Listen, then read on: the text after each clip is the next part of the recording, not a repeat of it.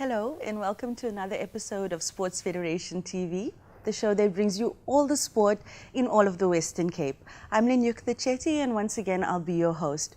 We've got a great show lined up today with 4 completely different sports, so stay tuned. You just might find a sport that resonates with you. Remember, Bashoes is a proud sponsor of Sports Federation TV, and tonight you'll get another chance to win a case of assorted Bashoes drinks, so stay tuned for that announcement. Now first up, from Deep Sea Angling, we have 2 guests, Nishad Ibrahim and Greg Penolly. Welcome, gentlemen. Thank you. Thank you for joining us today. Now, Deep Sea Angling, it dates back to 1898, and it happened because they invented the first motorized boat. And, I can't imagine anything that's better than being out at sea for most people, and you get to do your sport there. So tell us about your federation. What does it do? Okay, you mentioned about the fact that sport, particularly in the Western Cape, in terms of deep sea angling, very interesting out of that is our club actually started 50 years ago, and this year we will be our 50th anniversary. And when we look back 50 years where the club was, what angling was, what deep sea fishing was, we've seen the development of boats, we've seen the development of tackle, we've seen the development of sport here in the Western Cape. Before that, it was rock and surf, and there was very little boat angling. And so we were lucky to live in a generation where we've actually seen the development of the sport in our area. You said your club particularly is 50 years old. Are you both in the same club? I'm Cape Boat and Ski Boat Club down at Millers Point. I'm at Gordons Bay Boat Angling Club on the Helderberg side of the world. Yes, other side of False Bay. Yeah. Okay, 2 very lucky gentlemen sitting in the hot seat now. So you've got deep sea angling, and then you've got fishing from the ocean shore, and you've got fishing from piers. How does all these different types of angling differ?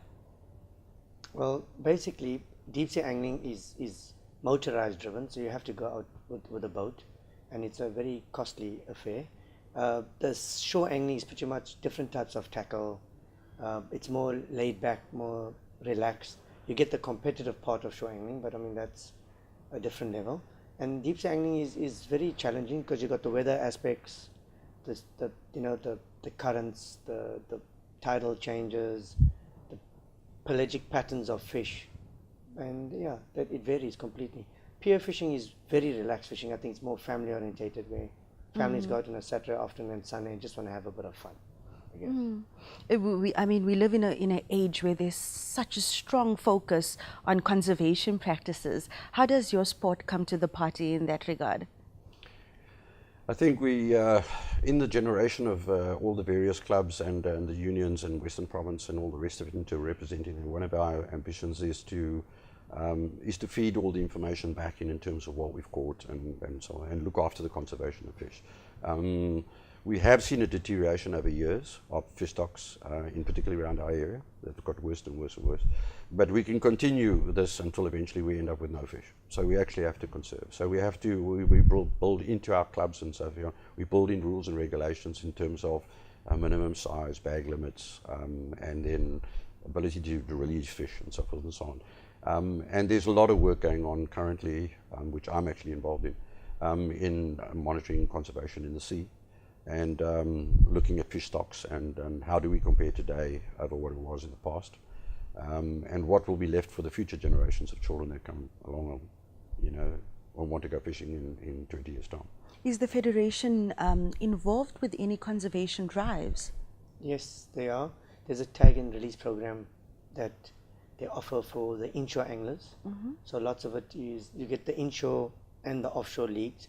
The inshore leagues are now based on tag and release, and the offshore leagues are, the fish are based on size limit. So you're only allowed to catch 10 yellowfin per man per day, actually 10 tuna per man per day. So it's either 10 yellowfin or 10 longfin or a bit of both. And the minimum size on the longfin is 10 kilos, and the minimum size on the yellowfin is 20 kilos. So we put them back. We put them back. Yeah. I mean, when you make those statements, one's mind can't help but go to how do you determine beforehand what you're going to catch? But I guess that's a question for another time, because I'm sure we can talk at length about that. So there's been, I mean, there's so many big budget movies about deep sea fishing and books that have been written, novels and stuff like that.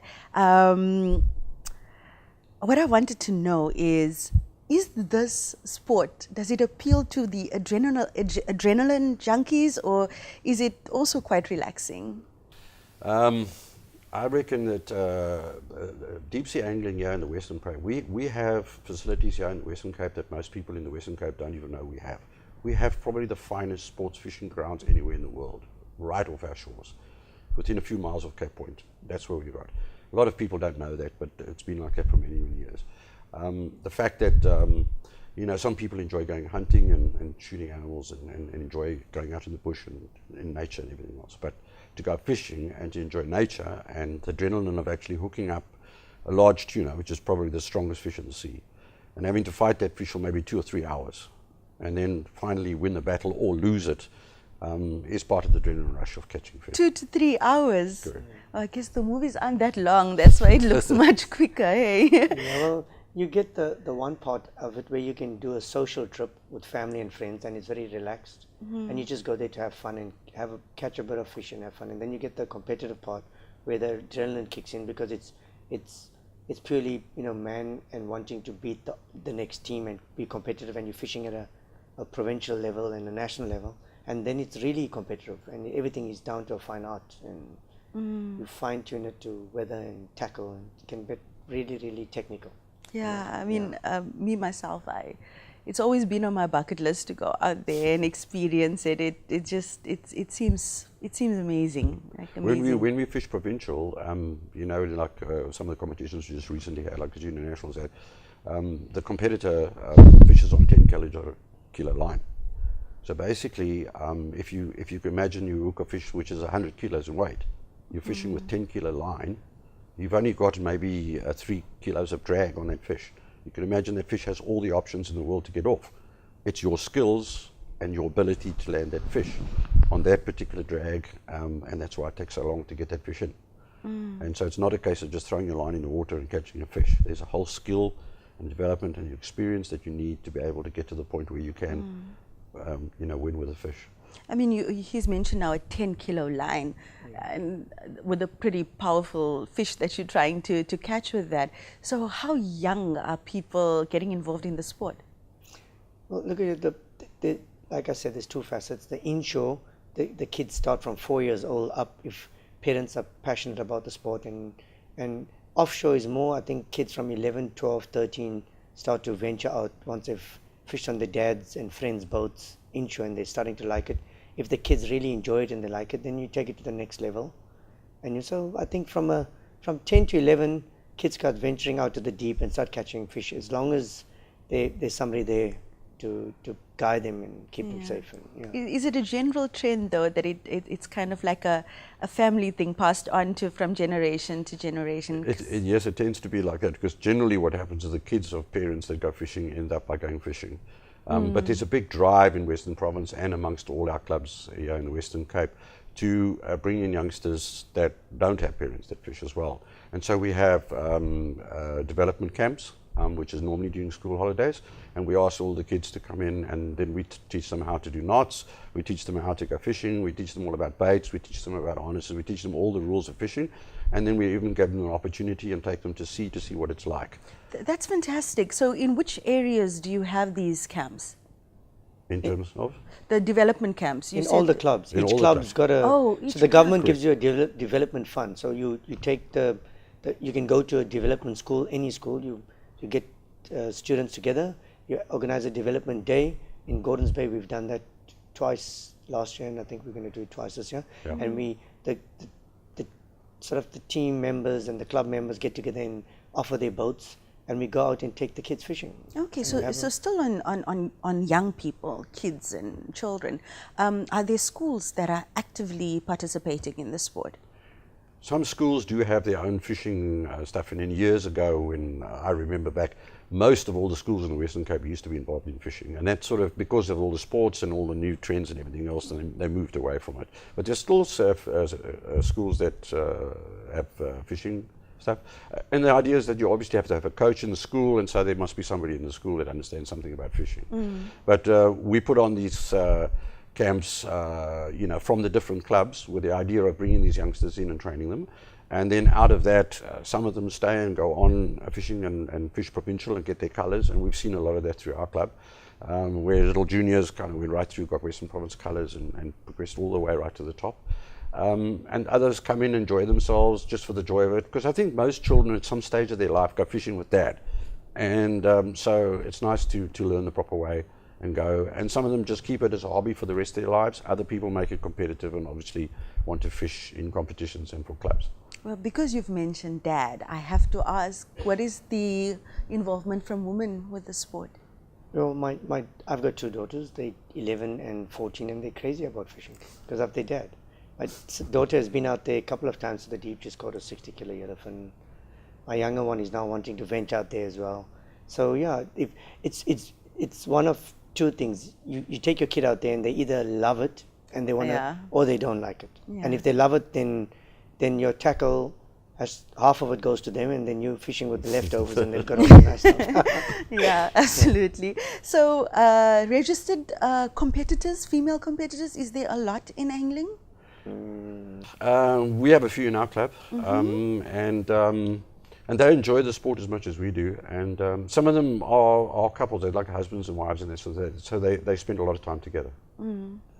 Okay, is that one of the focuses though in your development? Maybe getting more women involved, or it's kind of if you like the sport, come join us. Yeah. Yeah, more That's the latter. More than that. Yeah. The latter. Yeah. Okay, so is this an expensive sport? I'm glad you asked that question.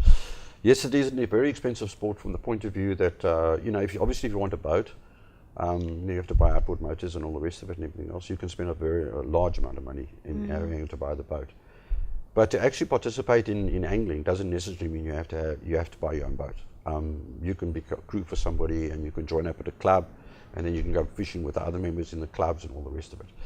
The tackle, in terms of the reels and the line and the rods and all that kind of stuff, tends to be very expensive because you can't fish just with normal tackle. You fish off a beach or a pier. You obviously have to have specialized gear, and that can be very costly. But it's a lifetime purchase. You buy them. You don't have to buy it all the time. You buy it once. But like boat owners and skippers and boat owners, we run to the 40 nautical mile area of Cape Point, which is about 70 kilometers offshore. And boats vary in size and vary in motor size, and probably average fuel costs from anything from 300 liters a boat to 600 liters a boat of fuel for the day. So it can become a really expensive exercise. You have support systems though for people who want to develop in the sport or get a feel for it. Yes. Yeah, without them having to make that initial investment Well, until they're sure. The best advice I can give you is that you join a club. Yeah. Because there we have training, and then you can meet other people with similar hobbies, and then you can go fishing with them, and you can find out whether you want to get into the sport. And ultimately, those people that really do get involved will end up by buying their own boats and all the rest of it, and taking their kids with. But it's an open sport, and basically anybody can join. Okay. Well, Nishad, what is the you compete in the sport of angling, deep sea angling? What is the highest level you've achieved? Well, I've just got announced 5 days ago that I got my Pro Tier colors, and we fish a tournament in Portugal, the FIPS World Trolling Championships. It's a 4-man team that gets sent off there to try to win gold for our country. So it's going to be really exciting. So at a tournament itself, and please excuse my lay understanding of the sport, is it the guy who catches the biggest fish? Is that the winner? It's a team sport, and he scored on points. Yes. So it's a tag and release. So for example, this tournament, marlin is 100 points, tuna is 50 points, and dorado is 50 points.